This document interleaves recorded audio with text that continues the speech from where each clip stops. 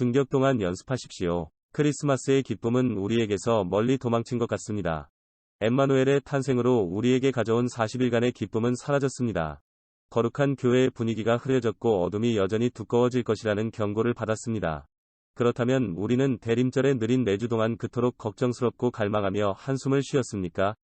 베들레헴에서 너무나 밝게 일어났던 우리의 신성한 정의의 태양이 이제 그의 진로를 멈추고 죄책감을 가진 땅을 떠났습니까? 그렇지 않습니다. 마리아의 자녀인 하나님의 아들은 우리를 떠나지 않았습니다.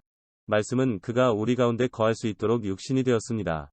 천사들이 찬송가를 불렀을 때 그의 탄생보다 훨씬 더 큰 영광이 그를 기다리고 있으며 우리는 그것을 그와 나누어야 합니다.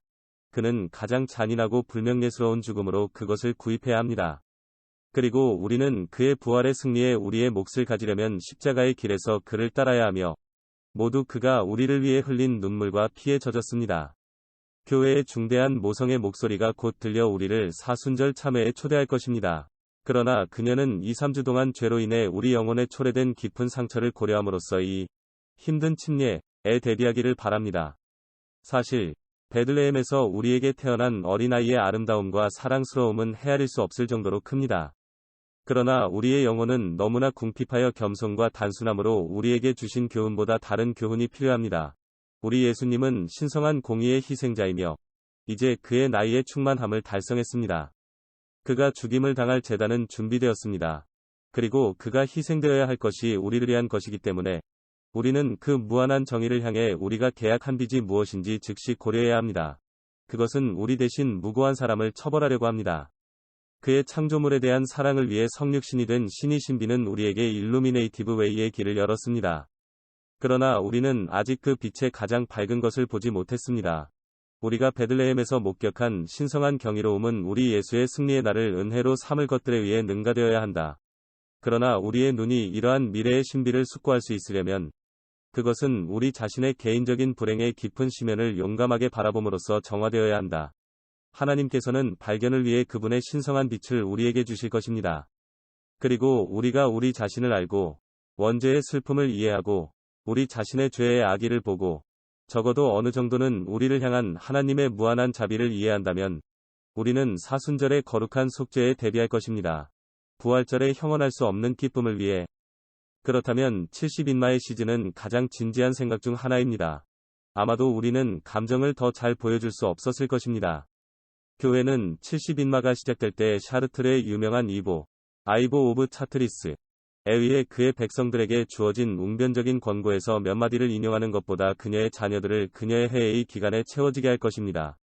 그는 11세기에 충실한 사람들에게 이렇게 말했습니다. 72지마를 위한 12번째 설교. 우리는 모든 피조물이 신음하고 지금까지도 고통에 시달리는 것을 알고 있습니다. 그리고 그것뿐만 아니라 우리 자신도 성령의 첫 열매를 가진 사람, 심지어 우리 자신도 우리 자신 안에서 신음하며 기다리고 있습니다. 하나님의 아들들의 입양, 우리 몸의 구속. 로마서 8시 22분-23. 여기서 말한 생물을 죄의 부패에서 하나님의 형상으로 재생된 영혼입니다. 그녀는 자신이 허영심에 복종하는 것을 보면서 자신 안에서 신음합니다. 국가, 아직 멀리 떨어져 있습니다. 시편 기자가 괴로워하고 있었던 것은 바로 이 고난과 고통이었습니다. 그가 외쳤을 때, 화가 나야. 나의 고통은 오래 지속되었다. 시편 119. 아니요. 교회의 첫 번째 회원 중 한 명이었고 성령을 받았던 그 사도는 모든 현실에서 그가 이미 희망에 가지고 있던 하나님의 아들들의 입양을 갈망했습니다. 그리고 그도 그의 고통 속에서 외쳤다. 빌립보서 1시 23분. 별표. 그러므로 이 기간 동안 우리는 1년 중 모든 계절에 우리가 하는 일을 해야 합니다. 오직 우리는 더 진지하고 열렬히 해야 합니다. 우리는 죄 많은 쾌락에 빠진 결과로 추방된 우리나라를 따라 한숨을 쉬고 울어야 합니다. 마음의 양심과 울음으로 그것을 되찾기 위해. 별표. 이제 우리가 그 길에서 눈물을 흘리며 나중에 우리나라에서 기뻐할 수 있도록 합시다. 이제 우리가 하늘의 성소의 상을 확실히 받을 수 있도록 이 현생의 종족을 그렇게 운영합시다. 빌립보서 3시 14분. 경솔한 길잡이와 같이 되지 말고 우리나라를 잊고 우리 고향으로 추방하는 것을 선호하지 말자.